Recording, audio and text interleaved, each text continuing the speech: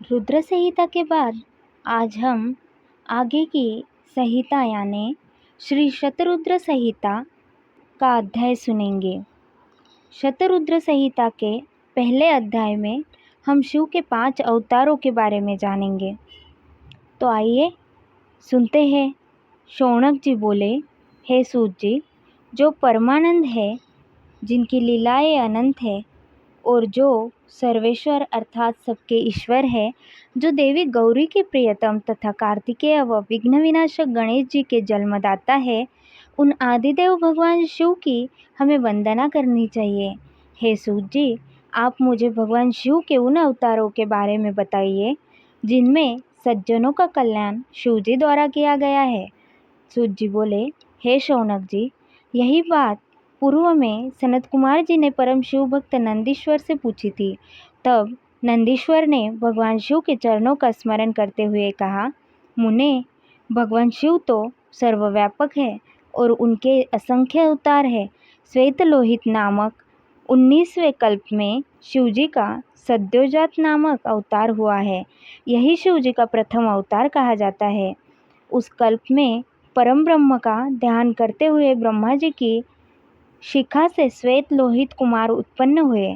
तब सद्योजात को शिव अवतार जानकर ब्रह्मा जी प्रसन्नतापूर्वक उनका बार बार चिंतन करने लगे। ब्रह्मा जी के चिंतन से परब्रह्म स्वरूपी 4 यशस्वी ज्ञान संपन्न कुमार उत्पन्न हुए। उनके नाम सुनंद, नंदन, विश्वनंदन और उपनंदन थे।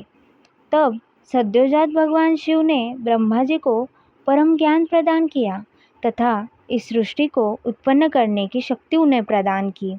तत्पश्चात रक्त नामक 20वां कल्प आया। इसमें ब्रह्मा जी का शरीर रक्त वर्ण का हो गया। इस प्रकार ध्यान करते हुए उनके मन में अचानक पुत्र प्राप्ति का विचार आया।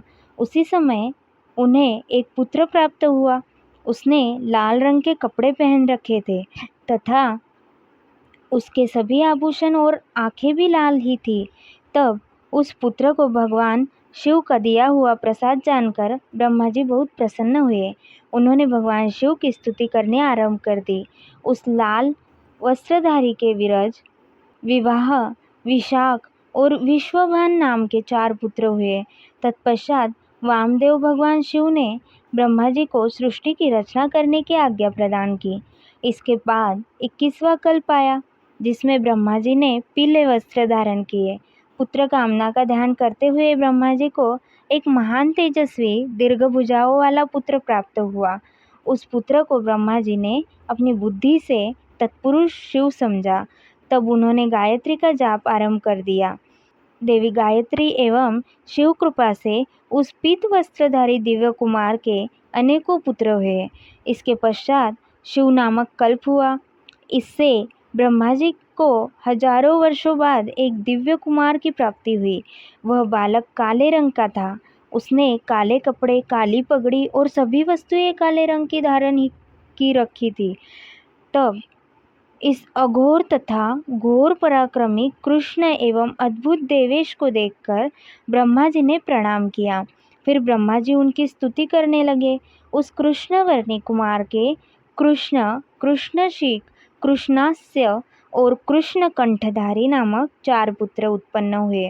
ये सभी तेजस्वी और शिव स्वरूप ही थे। इन्होंने ही ब्रह्मा जी द्वारा रची जा रही सृष्टि का विस्तार करने के लिए घोर नामक योग का प्रचार किया। तत्पश्चात परम अद्भुत विश्वरूप नामक कल्प हुआ, जिसमें ब्रह्मा जी पुत्र की कामना से ध्यान मग्न थे।